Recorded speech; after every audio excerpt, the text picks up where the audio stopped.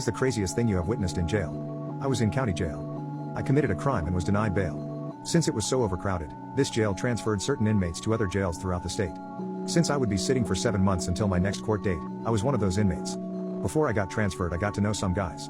Everyone was pretty peaceful and mostly enjoyed gambling their commissary on card games. There was this young kid named Shelby. He was locked up for a possession of a hard substance charge. Young guy, maybe 25, very frail, very well-off kid.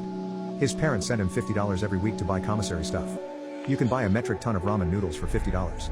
He did, and he loved to gamble it away. He paid his debts and all was well. My day comes to be transferred. Since it's a Wednesday, the inmates tell me I'm most likely going to Pelham County Jail. They tell me to be careful because it's a messed up place. Anyway, the transfer took 4 hours of driving. A straight shot to Pelham County, South Georgia. We pull up to this place and it doesn't even look like a jail. It is some raggedy looking building that looks like it may fall down. It's also tiny. I hope I make it out of here alive. But it gets much worse. They book us in, take fingerprints, change our jumpsuits out to theirs. Prison stripes, black and white. Then they walk us down to different cell blocks. There are 5 of us. All white. Me and another guy are left and we are escorted to the last cell block, D block. It's just a big metal door at the end of the hallway. It's loud behind that door, whatever is going on behind it. It gets louder with every step, and my fear and disbelief that I will be behind that door for the next 6.5 months is really messing with me. We get to the door and it opens. Immediately the opening is filled with faces asking for things. I need a phone call, let me get some nail clippers, when is the nurse gonna be here? Just questions and requests. Not one of those faces was white. It was all black heads, gold teeth and face tattoos. You can only imagine what was running through my mind. I thought to myself, well, I'm screwed. Better put on my battle shoes. I walked in and there were cells lined up against each wall, 5 on each side. The other white guy I came with is way ahead of me, almost at the end of the cell block, looking for an empty bed to claim. I'm holding all my stuff, just beyond the threshold of the main door, just kinda looking around, not knowing where to even begin. Did I mention it's loud as fuck in here? All of a sudden to my left I hear, "Hey white boy, get in here." I look and it's a massive white dude, older, and he is laughing. Thank God. I pretty much ran in there and threw my stuff down. We introduced ourselves, he gave me a cigarette and welcomed me to the cell block. Gave me the rundown and we were cool. I'm kind of a big dude, 190 pounds, and I'm in really good shape. I suppose I looked like I could mess something up, so no one messed with me or my cellmate. He was about 52, covered in tattoos, and was in the Outlaw Motorcycle Club. He was there for trafficking substances. Some weeks go by and I see it's pretty rowdy. There are a few fights, nothing serious, but for the most part if you mind your own business, you're fine. But these are a bunch of savages. This one black guy keeps trying to talk to me. He was in for murder and he told me his story.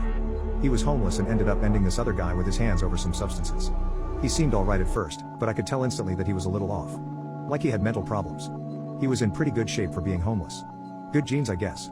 The thing was, one day he said some weird shit to me, something along the lines of, "You're a good-looking fella, you shouldn't be in a place like this." It's when he said that and the way he said it that I knew he was gay. I distanced myself. A few weeks later, on a Wednesday, our door pops open just before dinner and in walked a few white guys from the county jail I was in before this. Well, Mr. Shelby walks right by my cell without even noticing me, fixated on his dire situation of being in this place. He knew he was about to be eaten alive. I also knew I couldn't associate with him because he was not built for this. He was weak and he had nothing to offer that was worth anything to me. So, Shelby thinks his best way to survive in this place is to start gambling all of his food away. Making friends by purposely losing his card games and paying the debt, happily. He becomes so friendly he starts giving shit away to people. Cups of coffee, cigarettes, food, snacks, and basically becomes the guy you can ask for anything and he will just give it to you without expecting a payback. Guess who one of his cellmates was? Yup, the gay, homeless, swole black guy that sent someone to the afterlife. Here is where this becomes something I will never forget.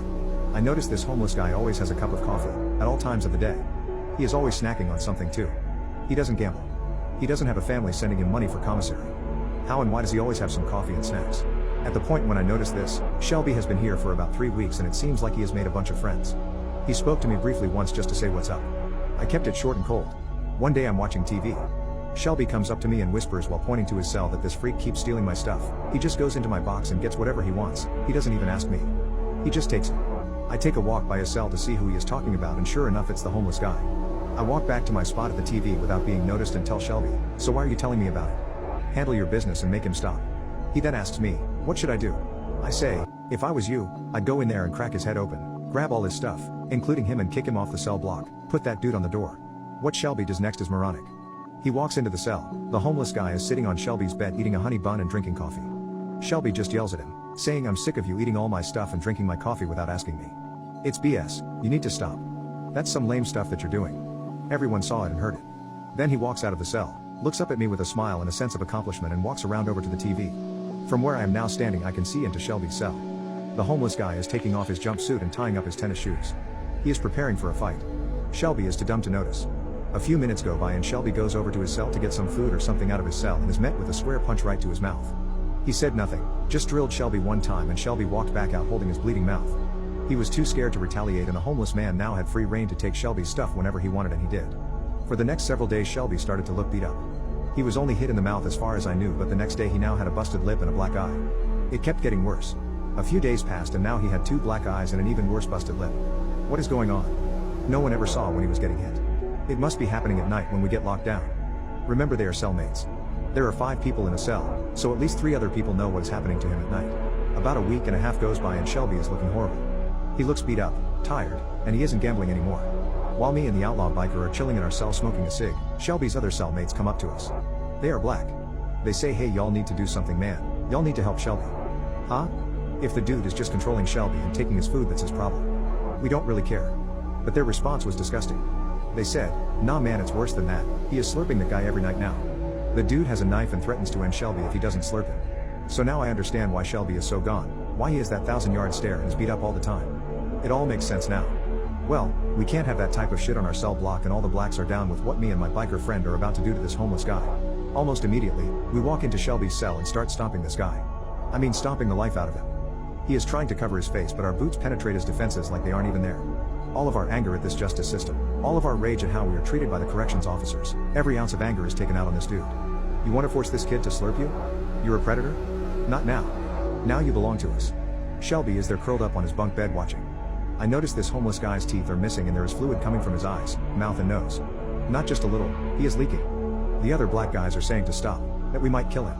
I don't want a life charge so I stop. My friend doesn't. I start grabbing all of this guy's belongings, dragging it all to the front door of the cell block. I dump all of his belongings into Shelby's cell. It all belongs to Shelby now. We rip the homeless guy's shoes off of him. They are Shelby's now. We strip him down clothless and drag him to the front door of the cell block. I bend over him, look him in the eyes and tell him he better mule kick this door until a corrections officer opens it and he better get off our block. I get up and give him one last kick. It was a good one as I saw him gasping for air afterwards. I yell to Shelby asking him if he wants to get some hits in before this jerk leaves. No response. My friend and I tell the homeless man to start kicking the door. He slowly gets up and does. It's not long before an officer angrily opens up the door and the dude basically falls out in front of her.